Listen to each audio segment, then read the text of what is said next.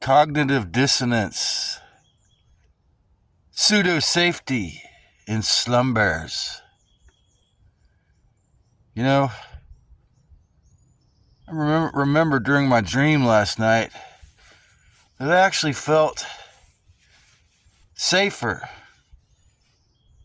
in a dream than I do when the flesh suit is moving around and I'm talking and acting. And why is that? Well, it might be related to the fact that many years ago now, after being begged for 3 years, I accepted allowing others to care for me, thinking it was okay. And yesterday I was talking to a man who had a sticker on the back of his bike that said blessings, and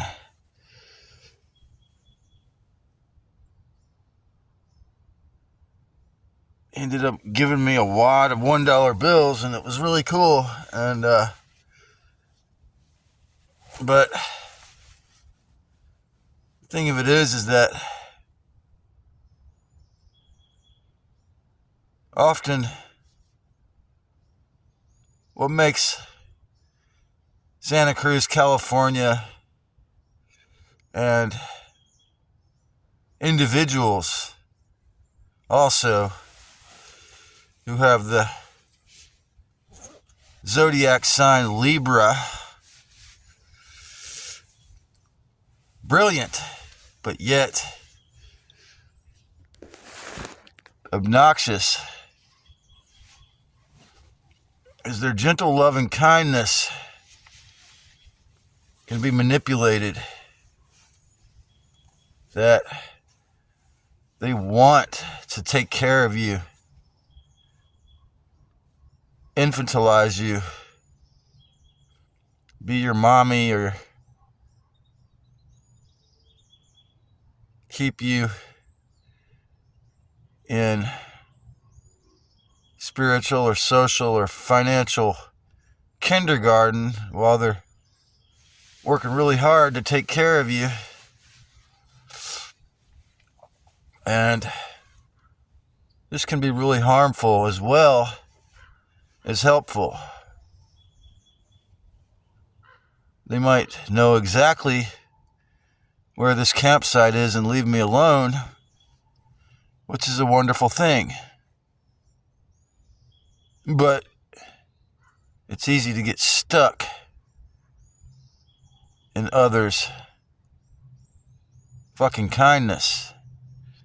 And usually they have cognitive dissonance, you know. They feel it's important to be kind and nice,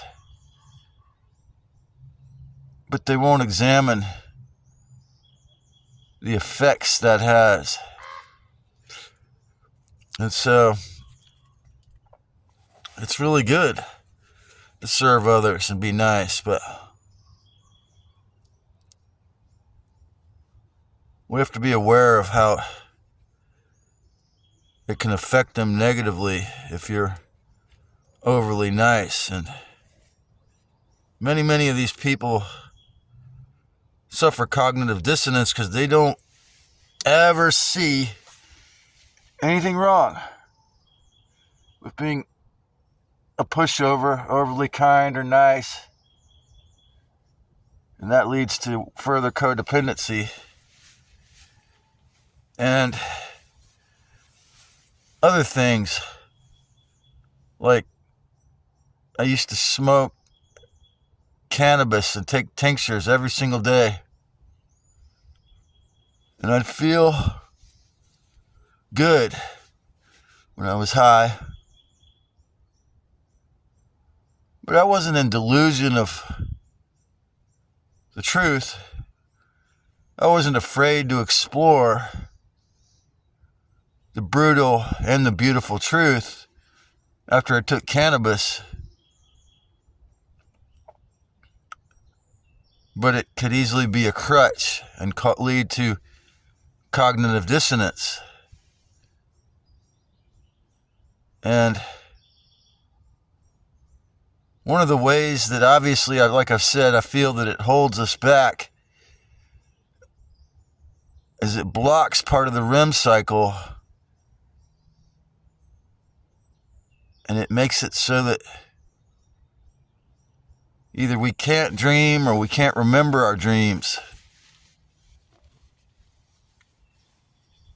I saw this man at Go Grocery Outlet yesterday that honestly I felt like he was a tweaker who worked at this. It was actually the first dispensary in Santa Cruz after Wham. And he would be nice but then act a little aggressive, and I thought it was weird that he worked there. And he's pretty well hunched over yesterday, but he was being nice. And he told me, I told him I quit cannabis and then only smoke it about twice a week currently. And he said, life is too short to not have fun. And I'm thinking, yeah, but if all you do is have fun, you'll be recycled back here, after death, memory wiped,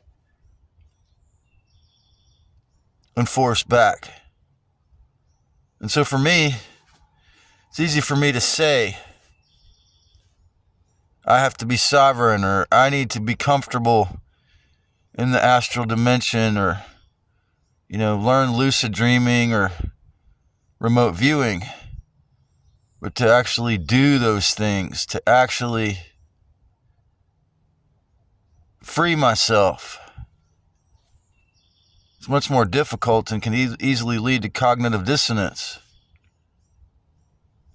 The kindness of Santa Cruz, the perfect weather it has during the day, can lead to laziness and codependency and massive cognitive dissonance, because it's so beautiful that I'll be seduced to thinking that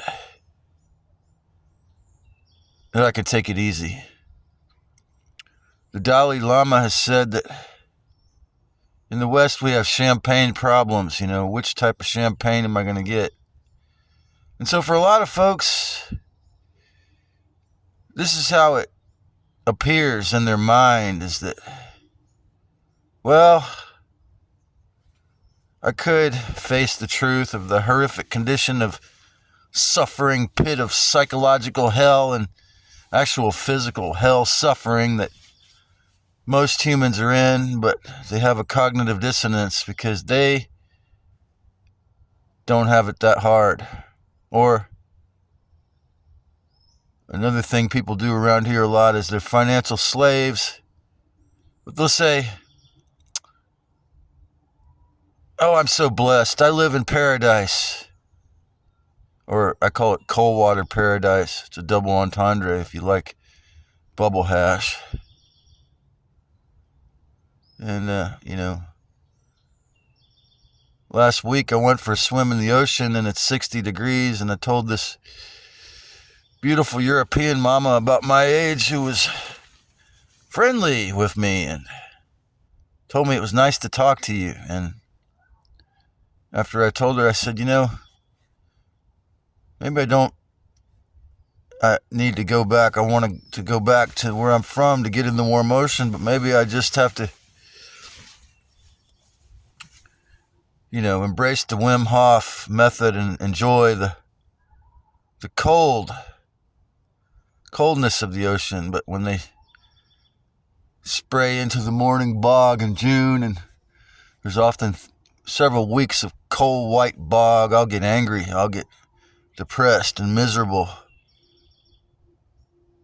because I can't erase the memories of being in the warm ocean and the hot sun, and it's causes me cognitive dissonance to be in Santa Cruz when it's in that pattern. And so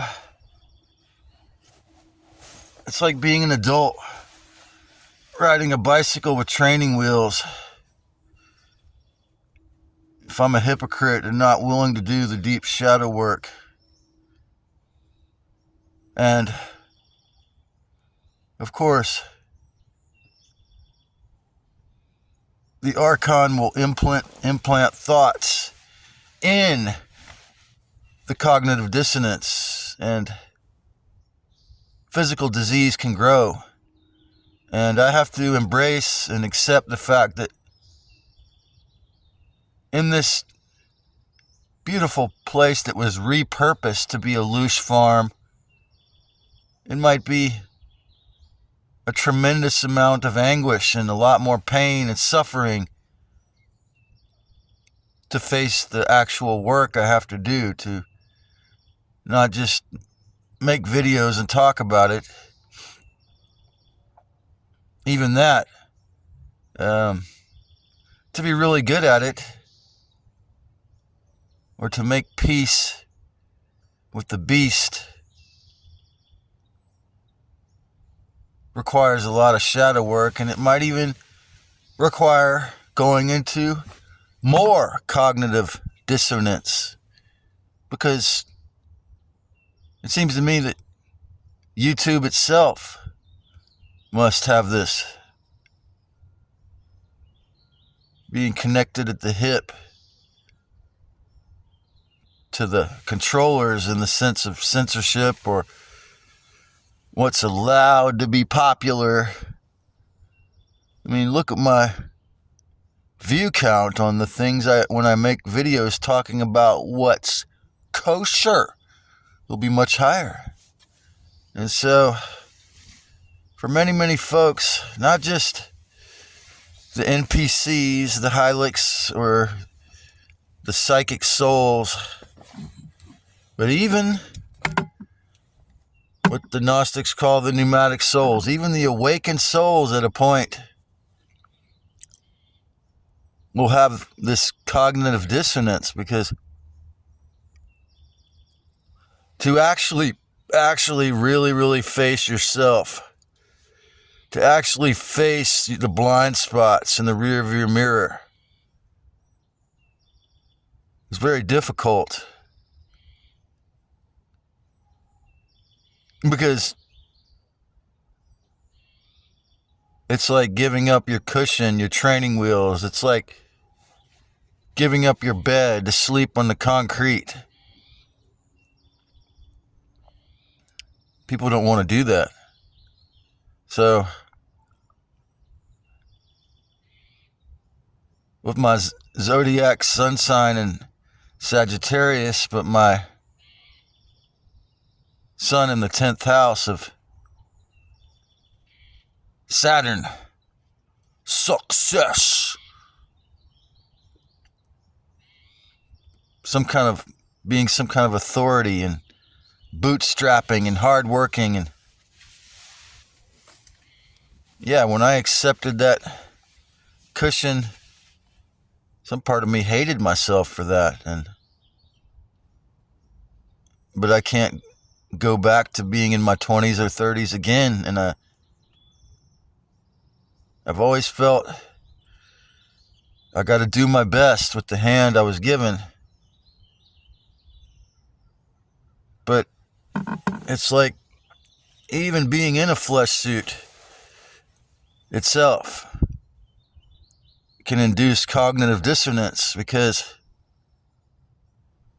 you have to eat other animals' placenta or milk to be healthy. You have to be a part of a very vampiric race. Even if you figure out how to do it in a way that's not vampiric, even if you are not in cognitive dissonance with your inner self, at a state of peace. You know, if this is your last lifetime and you're really doing the shadow work and you're really clear-headed and you really take care of yourself you have to understand that if you try to rescue other people inappropriately, if you try to be the hero, pull you back in school, it could block their awakening. So that's why so many folks in the New Cage movement, at least the ones that are aware of my work, a lot of them hate me or ignore me and pretend I don't exist, or agree with the algorithm's treatment because they don't want to hear it, or they think I'm a hypocrite because due to physical illness I accepted being taken care of, even though a huge part of me knows or feels that DIY is the only way, when there's no way to DIY. I mean, I finally decided, because I don't have a real ID, a digital ID, or a passport, and Amtrak is out of range, and I don't know if hitchhiking, well, can't do that with a bicycle, because I just got another amazing deal on a bicycle at the thrift store, the last batch of bicycles they have at this thrift store, where I probably had purchased half a dozen for 50, 70, 80 bucks. Amazing deals. Bicycle Church is going out of range. And then, but I remember when this driver wouldn't let me on in Biloxi, how offensive it was, because I had it in an airplane bicycle bag. So I asked the robot, trusty large language model Google Gemini, what's the probability of the Greyhound not letting me on with my bicycle in the proper bag or box? And she said 10 or 20%. So it may be 1 out of 5 chance they won't let me on. Well, of course, this amped up the cognitive dissonance and reminded me of what a psychological hell the Greyhound really is. And of course, going for 2 days without sleep on that plan, or 3 days without a good night's rest to go across the country. And I'm not trying to carry enough ganja for my daily usage, even any. There's no reason to suffer the immense discomfort it is. Because really, Greyhound is hellhound. And, you know, to fly, I don't even have a credit card. So I'm going to have to give the money to a friend or someone and let them buy it for me. It involves all these extra steps, because travel is a thing that Mr. Big, the New World Order, is, trying to curtail. That's really what one of the main things that the fake ID, or they call the real ID, is really about. To monitor everything we do, to surveil us, and to curtail travel. Whereas Aptera inches closer, supposedly, to being released. And, even though they're upwards of 50 G's to buy one, as I've been saying, I feel like I might just buy myself a Aptera 3-wheeled electric solar powered vehicle, because I'm sick of these restraints. I'm sick of being controlled as far as travel. by the Matrix. And, surely the controllers are going to try to stop Aptera. But this goes back to the name of this. There really is no reason, aside from the Matrix control, aside from the false self gods, the evil ETs or interdimensional parasites with their massive infrastructure of vampirism, that we're not free to travel, that we're not free to build our own house. And if we're not leaving trash, be allowed. That we're not, that we, if you don't feel free to guerrilla garden, it's due to cognitive dissonance and mind control. And yeah, I'm not entirely done with healing it, but in the dream state, even in that dream where I was being harassed and,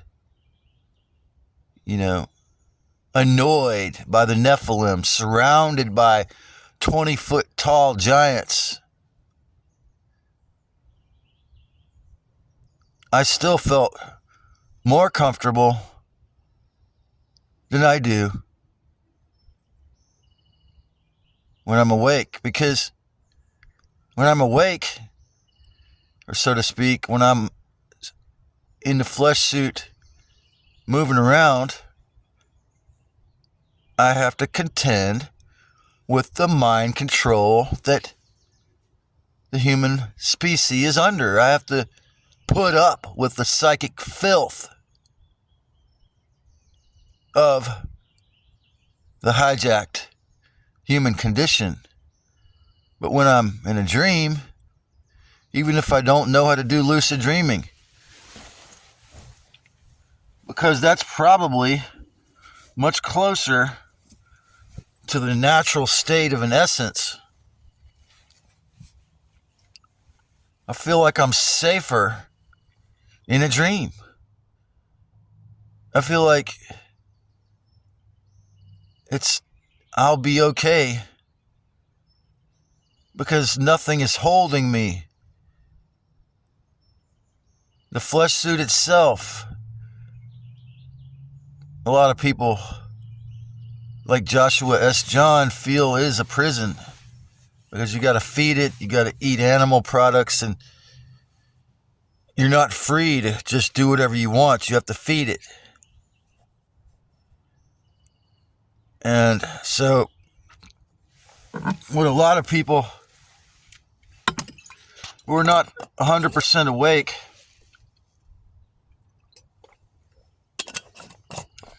what they feel, it seems like, is a cognitive dissonance,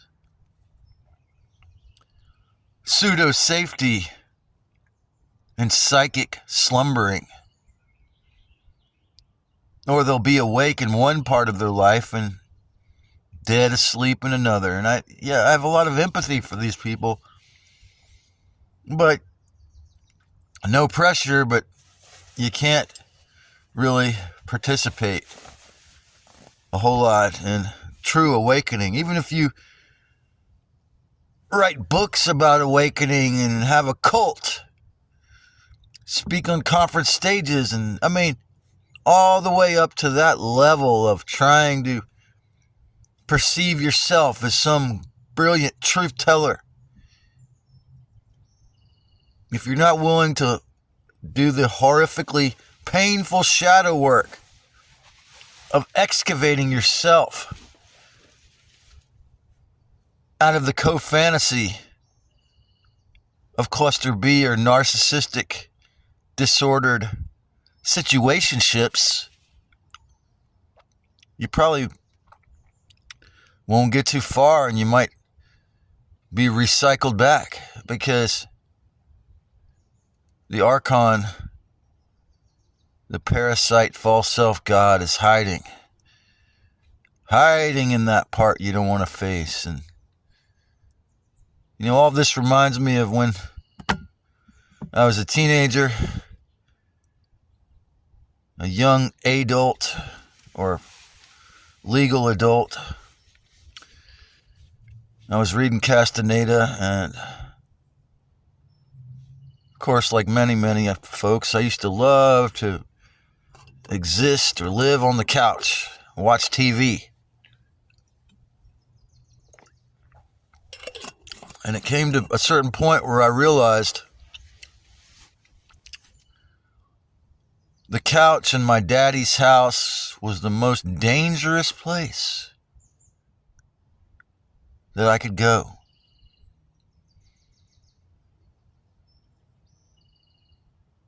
In cognitive dissonance, when your action doesn't follow your conviction or your be life or your be truth, this can cause not only a lot of harm in our system, but can be traced back to laziness or fear, or the laziness is coming from the fear. And that's what I see often in folks. And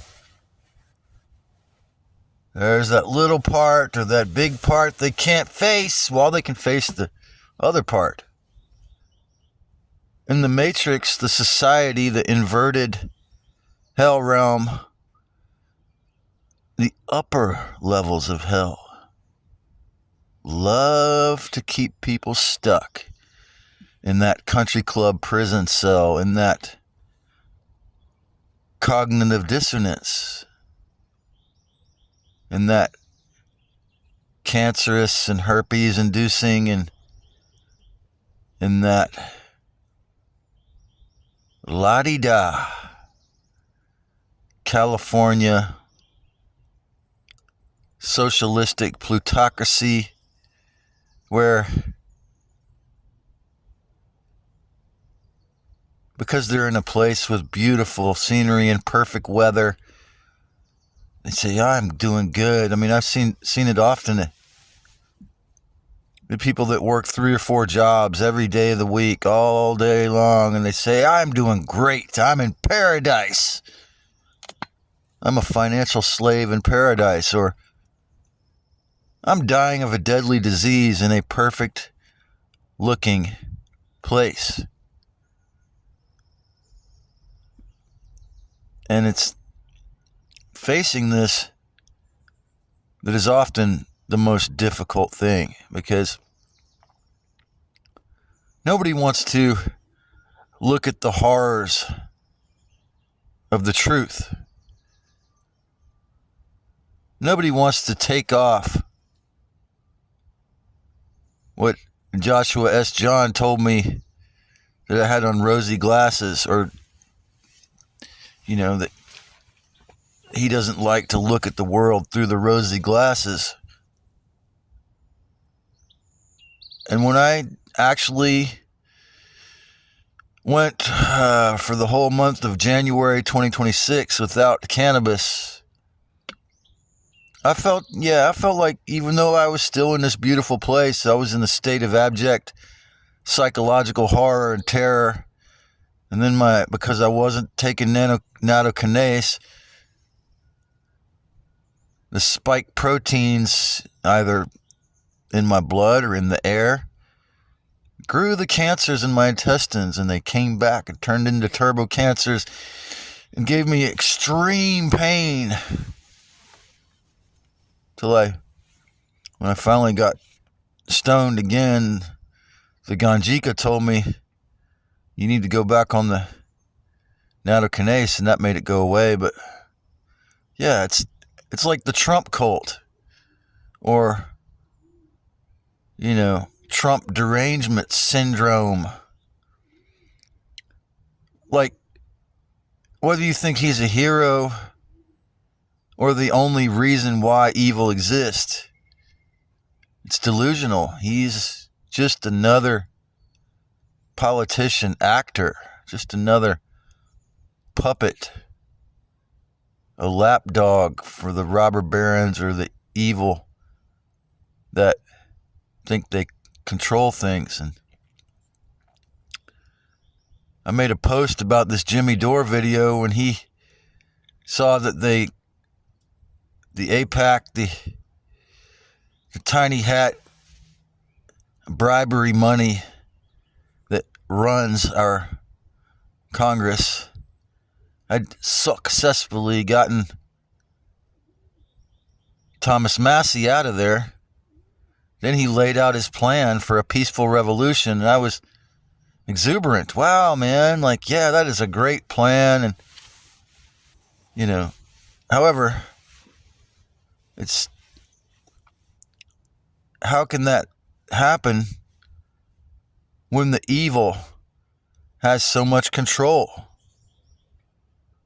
I mean, if I'm being honest, it's the last thing they would allow, and it might be that it would lead to violence.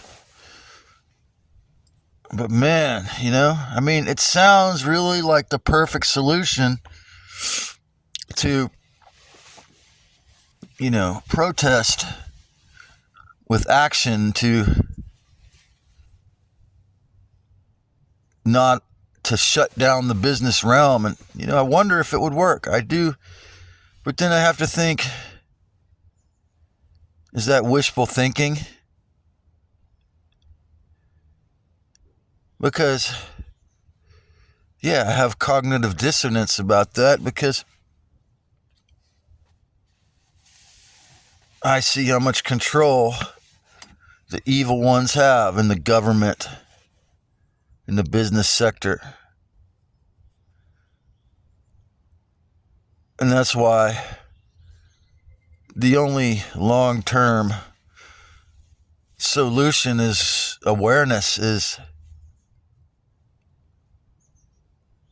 the fact that we have to get our head out of our ass, face the horrific condition that humans are in. I mean, the cost of living is so fucked up and fake. When the banksters tighten the reins and have turned everyday life for many, many people in the USA into a fucking slavery nightmare. You know, yeah, I mean, maybe it will work. Maybe the devil is so cocksure, and those who worship the devil and obey him are so cocksure that they could squeeze everyone who's not a fucking plutocrat, billionaire or millionaire, squeeze them all to death or homelessness or poverty and starvation, and that they will have heard of the Constitution, that they will have heard of the original version, that they won't be tortured to death, but tortured to remember that they don't need masters. They don't need to be slaves. But I'm not holding out for this, because I've stayed in Santa Cruz about 20 years, and I see how people seem to be happy to be financial slaves. Everyone else is doing it. And it's like, I can't get a word in edgewise. I'm not high up in the hierarchy of financial power, so they won't listen to me. Most of them. Even most of the so-called truthers and people in the Brave and Free Santa Cruz. And this is how conditioned we are. Because as soon as they listen to what I say, Many, many folks who take my YouTube channel business card will never look at it. Because either they've heard me say something or they intuitively know it's going to grow their cognitive dissonance. And this, I think, for many of us, is a key factor in getting free and really awakening. We have to examine it. We have to do that shadow work, myself included. Or you're going nowhere. You're going nowhere as a hamster in the treadmill, paying your mortal gauge, paying the insane rent, poking a hole in your entire existence. You're going nowhere, stuck in codependency or the unexamined human mind, if the person has any intelligence at all, is a state of cognitive dissonance. The pseudo-safety and slumber is a massive obstacle. And yeah, we have to embrace and accept the limitations that are true. Like, you have to eat things while you can be in a flesh body. And also, the places where the black pillars and hell realm belivers are lying to themselves, which is that to some degree you can have free will, at least choose your thoughts when you're not being a fucking slave. You can choose what you do at least a little bit of your week. You could take your weak and make it strong, at least some of it. You could accept that this realm, even though you'd have to consume cholesterol, has the potential to be heavenly, to be free, even in a flesh suit, as much as it is possible in that situation, temporarily. I've written songs. I've had amazing experiences at other people's concerts. I had a lot of fun at Soup Stock. I've never forgotten the beautiful, co-creative, divine aspect of this existence. But also, lately, I've never forgotten how trapped it is to be here. And the truth of the matter is, both exist. And I'm not going to get too far in this if I'm not willing to crush that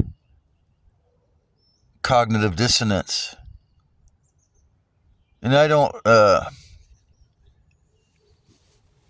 blame people who never get out of it, because I know how difficult it is. How much the Archon will not only feed off that cognitive dissonance and make you sick, but how much more they will attack you if you attempt to do it, the shadow work, and to face the truth. But this is where Robot Boy of the Future was to some degree accurate. I mean, we have to face the shadow to heal. But you still have a choice in how you do that. Only the devil would even attempt to get rid of your choices. Just like long distance travel is totally controlled by the inverted bullshit in the USA. But that's not the way it has to be. I mean, yeah, if I really wanted to, I could hitchhike. If I was really powerful, I could fly. But you say, well, no one can do that. The thought creates the limit. I mean, the essence can fly. What do you think remote viewing is? So, this is why I feel safer when I'm in a dream, because that essence is capable of doing almost anything. And yes, one of my early videos was called How Limits Can Free Us, because through embracing the limits of the mortal flesh suit, pushing past the fake limits, like learning mastery over an art form, a musical instrument, or athletics. Like Michael Jordan ignored people and he didn't believe them when they told him limits of basketball. He knew it was bullshit. He knew he could go past that limit. Well, the same is true psychologically and spiritually with your spirit. Whatever someone says the limit is, could be bullshit that you could go past.